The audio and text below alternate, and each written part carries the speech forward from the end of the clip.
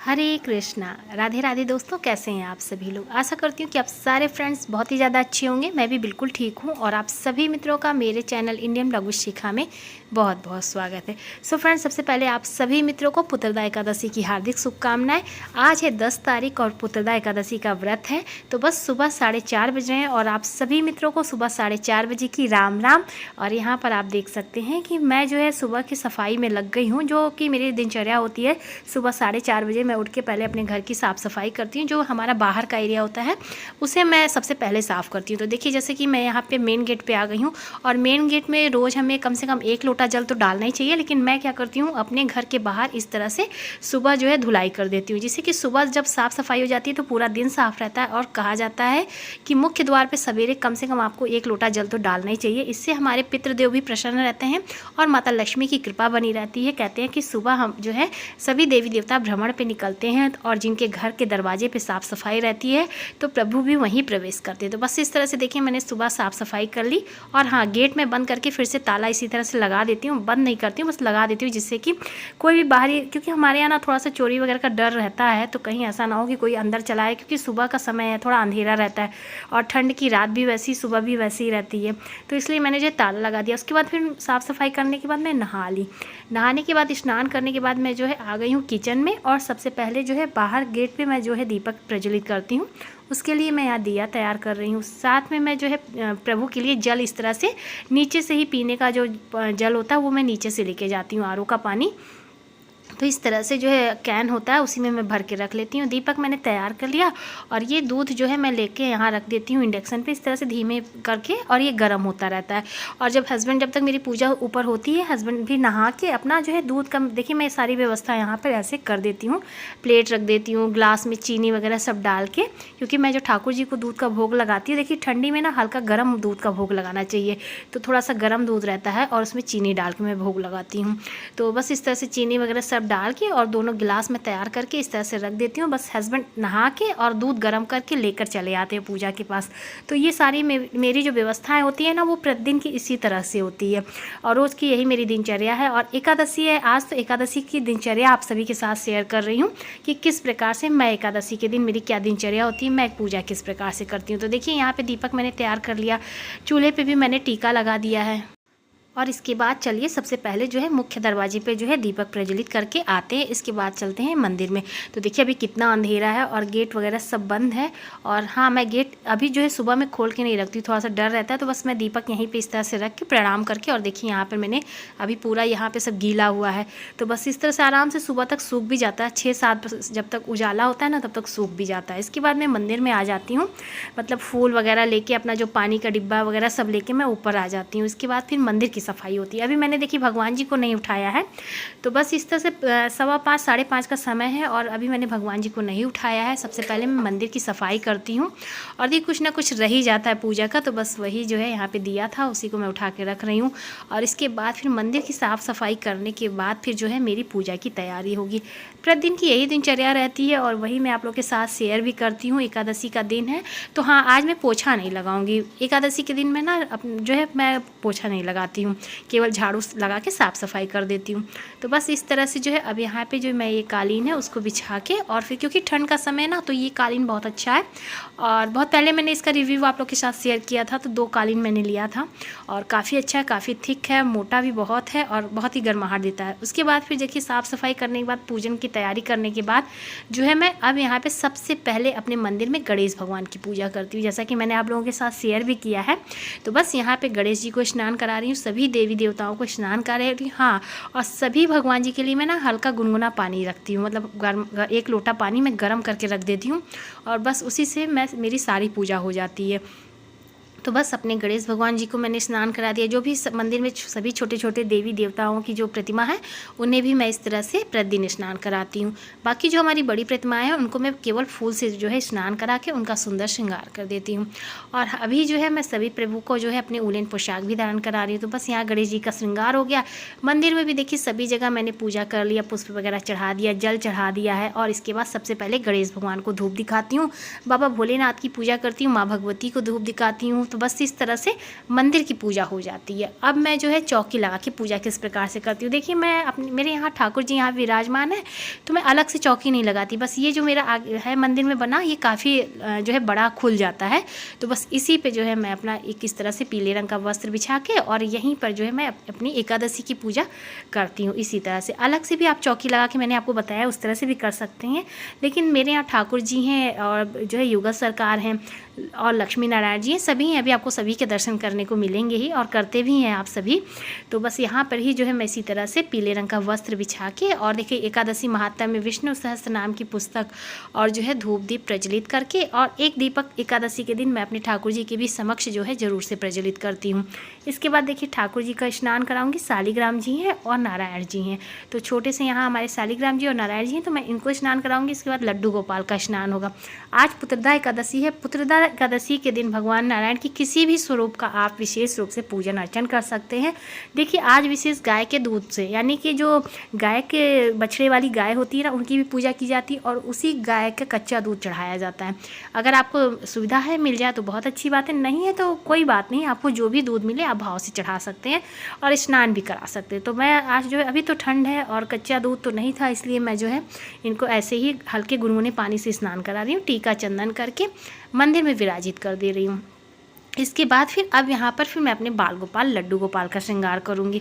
तो बस ठाकुर जी को भी देखिए मैं इस तरह से उलन पोशाक धारण कराती हूँ और अपने सभी देवी देवताओं को पहनाती हूँ। तो बस यहाँ पे देखिए ठाकुर जी का श्रृंगार हो गया और ये हमारे छोटे से लड्डू गोपाल हैं, तो इनको भी मैं इसी तरह से हल्के गुनगुने पानी से स्नान कराती हूँ। और जो है इसके बाद फिर जो, हाँ देखिए एकादशी के दिन अगर हो सके तो पंचामृत से स्नान कराना चाहिए, लेकिन अभी सर्दियाँ काफ़ी ज़्यादा है, तो बहुत ज़्यादा देर तक मैं अपने लड्डू गोपाल को ना दूध दही ये सब में नहीं रखना चाहती हूँ, क्योंकि ठंड लग जाएगी। तो बस हल्का सा गुनगुना पानी से थोड़ा सा इस तरह से जल्दी से नहला के और इन्हें उलन पोशाक धारण करा के इस तरह से विराजित कर देती हूँ। तो बस देखिए इनका सुंदर सा श्रृंगार हो गया। और टीका चंदन करके, बहुत ज़्यादा टीका भी नहीं लगाती हूँ, थोड़ा सा चंदन का टीका बस इस तरह से लगा देती हूँ। और बस इनकी बंसी यहाँ धारण कराऊंगी, इन्हें टोपी लगा दूंगी और इस तरह से देखिए मंदिर में विराजित कर दिया। तो बस इनका श्रृंगार हो गया। और इसी तरह से मेरी लाडो रानी का भी देखिए श्रृंगार हो गया है, तो वो भी विराजित है। सबसे पहले मैं अपनी लाडो रानी का श्रृंगार करती हूँ, क्योंकि उनका श्रृंगार जो होता है, उनका स्नान जो होता है गुप्त होता है। तो बस उनको स्नान श्रृंगार करा के मैंने विराजित किया। उसके बाद हमारे लड्डू गोपाल का श्रृंगार होता है। इसके बाद हमारे छोटे लड्डू गोपाल भी तैयार हो गए। अब जो है इन्हें भी मैंने बांसुरी धारण करा दी। सो इस तरह से देखिए यहाँ पे सभी देवी देवताओं का श्रृंगार हो गया। अब जो जल है वो सभी जल में मैं तुलसी का पत्र डाल के अपने यथास्थान रख दूंगी। और अभी मैं आपको तुलसी पत्र भी दिखाती हूँ। देखिए इस तरह से एकादशी के पहले आपको तुलसी दल तोड़ के इस तरह से रख लेना। तो देखिए मैं कितनी सारी तुलसी का पत्ता मैंने तोड़े। और हाँ, एकादशी के दिन भी तुलसी पत्र नहीं तोड़ा जाता, द्वादशी के दिन भी तुलसी का पत्र नहीं तोड़ा जाता है और हाथ भी नहीं लगाया जाता है। मतलब जैसे कि आप गमले में जाके तोड़ लें, ये नहीं करना है आपको एकादशी के दिन और द्वादशी के दिन, ये 2 दिन आपको बचाना है। तो इतना आप मतलब पहले से रख लीजिए कि आपका 2-3 दिन आराम से चले। तो इसी तरह से मैं जो है इकट्ठा जो है 1-2 दिन पहले ही तोड़ के रख लेती हूँ, दिन समय देख के। और उसके बाद फिर जो है मैं इसी तरह से मेरी पूजा के काम आता है। सभी जगह पे मैं सभी ठाकुर जी को तुलसी पत्र अर्पित करती हूँ, जल में डालती हूँ, इसके बाद पुष्प चढ़ाऊंगी। जो ठाकुर जी की पूजा होती है वो मैं करूँगी। एकादशी के दिन पुत्रदा एकादशी है, तो विशेष पुत्र कामना के लिए ये व्रत की जाती है और पुत्र की जो है अच्छी उन्नति के लिए, अच्छे स्वास्थ्य के लिए ये व्रत करना चाहिए। इससे हमारे ठाकुर जी प्रसन्न होते हैं। तो बस देखिए गाय का दूध मैं यहाँ भोग लगा रही हूँ। हाँ, भोग के लिए आप लोग पूछते हैं ना कि गाय का दूध जब हम भोग लगाते हैं कच्चा लगाते हैं या उबाल के, मैं हमेशा आप लोगों को बताती हूँ जब हम ठाकुर जी को भोग लगाते हैं तो दूध हल्का गर्म करके गुनगुना करके लगाते हैं। कच्चे दूध से स्नान कराया जाता है और पंचामृत तैयार किया जाता है।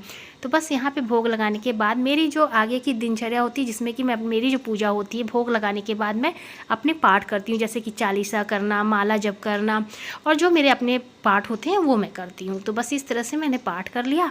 अब थोड़ा सा पुष्प लेके इस तरह से तिल लेकर अब मैं जो है एकादशी की कथा पढ़ती हूँ। तो मैं खुद से ही पढ़ती हूँ और हस्बैंड भी मेरे साथ में ही व्रत उपवास करते हैं, तो वो भी सुनते हैं इस तरह से। तो बस हम दोनों ही अक्षत फूल लेके अपनी आगे की कथा कहेंगे। तो चलिए कथा सुनते हैं। युधिष्ठिर ने पूछा, हे भगवान, कृपा करके यह बतलाइए कि पौष शुक्ला एकादशी का क्या नाम है, उसकी विधि क्या है और इसमें कौन से देवता की पूजा की जाती है। भगवान श्री कृष्ण बोले, हे राजन, इस एकादशी का नाम पुत्रदा एकादशी है। इसमें श्री नारायण भगवान की पूजा की जाती है। तीनों लोकों में पुत्रदा एकादशी के व्रत के समान कोई दूसरा व्रत नहीं है। इसके पुण्य से मनुष्य तपस्वी, विद्वान और लक्ष्मीवान होता है। अब मैं तुमसे इसकी कथा कहता हूँ, ध्यान पूर्वक सुनूंगा। श्री कृष्ण बोले, भगवान, हे राजन, पुत्र की प्राप्ति के लिए पुत्रदा एकादशी का व्रत करना चाहिए। जो मनुष्य इस महात्म्य को पढ़ता या सुनता है उसको अंत में स्वर्ग की प्राप्ति होती है। फलार, इस दिन गौ के दूध का सागर तथा आदि फल लिए जा सकते हैं। बोलिए श्री विष्णु की जय। और इस तरह से देखिए यहाँ हमारी कथा जो है पूर्ण हुई। तो आपको भी मैंने कथा थोड़ी सी सुना दी है, कितना विशेष महत्व है इस कथा में भी दिया गया है। तो बस यहाँ पे हमारी कथा पूर्ण होती है और जहाँ हमने पुष्प और अक्षत लिया था वो प्रभु के चरणों में अर्पित करेंगे। इसके बाद जो है हम आरती की तैयारी करेंगे।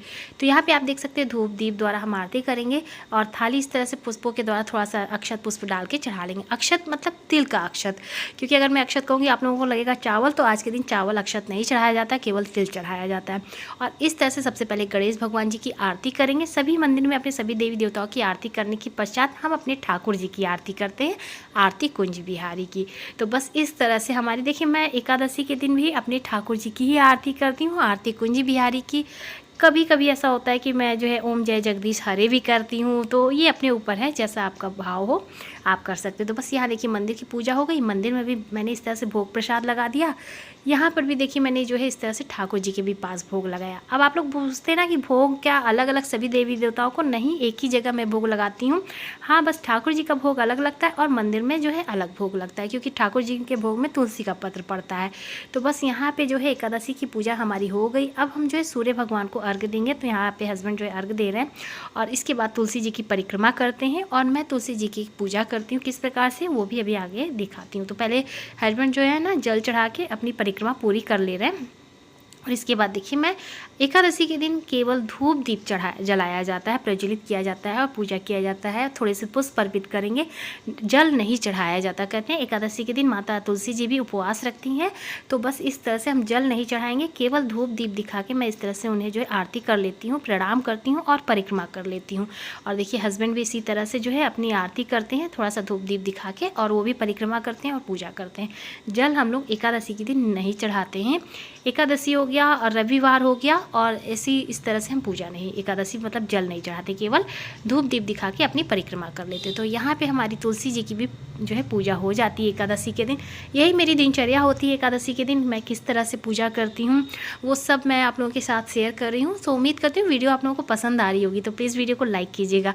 पूजा हमारी हो जाती है, इसके बाद सुबह का समय, तो मैं सुबह ना ब्लैक टी बनाती हूँ, मतलब कि काली चाय हमारे यहाँ बोलते हैं, जिसमें कि केवल जो है हम थोड़ा सा मीठा डालते हैं पानी में और अदरक और काली मिर्च और लौंग ये कूट के डाल देते हैं, मसाले थोड़े से।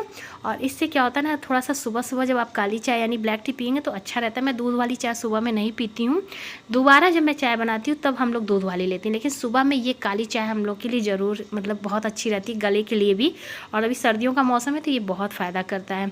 तो बस इस तरह से हम जो है अपनी ब्लैक टी अभी पियेंगे। उसके बाद फिर जो हमारे घर के कार्य होते हैं वो मैं करती हूँ, ठाकुर जी का भोग तैयार करती हूँ। क्या क्या चीज़ें मैं ठाकुर जी की सेवा में करती हूँ वो आप लोगों को दिखाती हूँ, क्योंकि देखिए जो घर गृहस्थी का काम वो हम सभी करते हैं। इसके अलावा जो मेरे मंदिर के जो पूजा पाठ के कार्य होते हैं ना, वो मेरे क्या चलते हैं वो मैं आपको दिखाती हूँ। तो देखिए इस तरह जो अगर मेरे पास समय रहता है, अब यही जो मैं चाय पीती हूँ ना, उस समय थोड़ा सा मैं इस तरह से लेके, अगर मेरे पास ये जो ऊन वगैरह रखा है तो मैं अपने लड्डू गोपाल जी के लिए पोशाक बनाती हूँ, टोपी वगैरह, जैसे कुछ भगवान की चीज़ें ही हैं, कुछ कर नहीं रहती, उनकी पोशाकें धुलनी है या क्या है, तो बस वो मेरे पास जब खाली समय रहता है तो मैं अपने ठाकुर जी की भी सेवा में भी इसी तरह से थोड़ा सा समय निकालती हूँ। घर के भी बहुत सारे काम होते हैं। तो देखिए ये सारी पोशाकें ना मैं अभी बना के तैयार कर रही हूँ, बस धीरे धीरे। अब इन्हीं का सभी सेट मैं तैयार करती हूँ, जैसे कि टोपी वगैरह, मोजा वगैरह, वो सब तैयार करके और फिर मैं इसे धुल के अपने ठाकुर जी को पहनाती हूँ। तो देखिए ये मेरा जो पैकेट है इसमें ढेर सारे ऊन है और ये देखिए ये सारी पोशाकें मैंने तैयार की हैं। तो जो ऊन बच भी जाते हैं ना थोड़े बहुत, तो उस तरह से छोटे बड़े पोशाक बन के तैयार होती है। ये देखिए एक बड़ी सी प्यारी सी पोशाक है, ये हमारे छोटे से लड्डू गोपाल की पोशाक मैंने की। और ये पर्पल कलर की ना, आज मैंने एकादशी के दिन पर्पल कलर की पहनाई है। लाडो रानी के पास नहीं थी तो वो मैंने बना दिया इस तरह से। इतने ऊन बचे हैं तो जो मतलब थोड़े बहुत जूते मोजे टोपी वगैरह बनते हैं वो मैं बनाती रहती हूँ। इसके बाद दोपहर के समय में अपने ठाकुर जी को क्या भोग लगाती हूँ वो चलिए दिखा देती हूँ, और कोशिश कर रही हूँ कि आज ये वीडियो आप लोग के साथ मैं शेयर कर दूँ। तो इसीलिए देखिए, तो बस यहाँ सुबह में जो है ठाकुर जी के लिए मैं जो भोग तैयार करती हूँ तो वो मखाने की जो है, मैं आज दूध में मखाने डाल के, मतलब आप कह सकते हैं जो है मखाने की खीर कह सकते हैं, वो मैं बना रही हूँ। तो बस यहाँ पे सारे ड्राई फ्रूट्स जो है मैं उसे हल्का सा इस तरह से घी में भून लूँगी। और भुनने के बाद देखिए मैं इसको मिक्सर जार में जो है इस तरह से थोड़ा सा पीस लेती हूँ। हाँ, थोड़ा ज़्यादा ही मैंने आज पाउडर कर दिया, थोड़ा सा दरदरा अगर आप बनाएंगे ना तो बहुत अच्छा होगा। बस थोड़ा सा मैंने ज़्यादा, ये मिक्सर है ना बहुत तेज़ी से पाउडर कर देता है। तो बस इस तरह से मैंने जो है यहाँ पर तैयार कर लिया ये मखाने की खीर ड्राई फ्रूट्स की। और साथ में यहाँ पे मैं थोड़ा सा कच्ची जो मूंगफली है ना उसको थोड़ा सा भून लेती हूँ। और भुनने के बाद जो इसके छिलके उतार के और गुड़ के साथ, देखिए आप चाहे तो इसका पाग लगा के भी चढ़ा सकते हैं। हम जो मूंगफली में थोड़ा सा गुड़ डाल के इस तरह से, देखिए मैं आपको दिखा दूँ, यहाँ ठाकुर जी को भोग लग चुका है, तुलसी का पत्र पड़ा हुआ है। तो ये भोग मैंने जो अपने ठाकुर जी को लगाया है। तो अभी सुबह का जो है ये भोग है, दूध केले का भोग मैंने सुबह में लगाया। शाम, इसके बाद मैं विश्राम करा दूंगी और शाम के समय में फिर जो है मैं उठा के ठाकुर जी को जो है दूध का या जो भी फल फ्रूट रहेंगे वो भोग लगाऊंगी, फिर रात का जो है भोग लगता है। तो बस इस तरह से अपने ठाकुर जी की मैं सेवा करती हूँ एकादशी के दिन। उम्मीद करती हूँ कि आज की वीडियो आप लोगों को पसंद आई होगी। क्या दिनचर्या होती है एकादशी की, पसंद आई है तो प्लीज़ वीडियो को लाइक कीजिएगा, ज़्यादा से ज़्यादा शेयर कीजिएगा। चैनल पे मेरे पहली बार आए तो मेरे चैनल को भी सब्सक्राइब कीजिएगा, इंस्टाग्राम पे फॉलो करिएगा। मैं मिलूंगी आप सभी मित्रों को नए से अच्छे से वीडियो के साथ। तब तक के लिए हरे कृष्णा, राधे राधे, जय श्री राधे।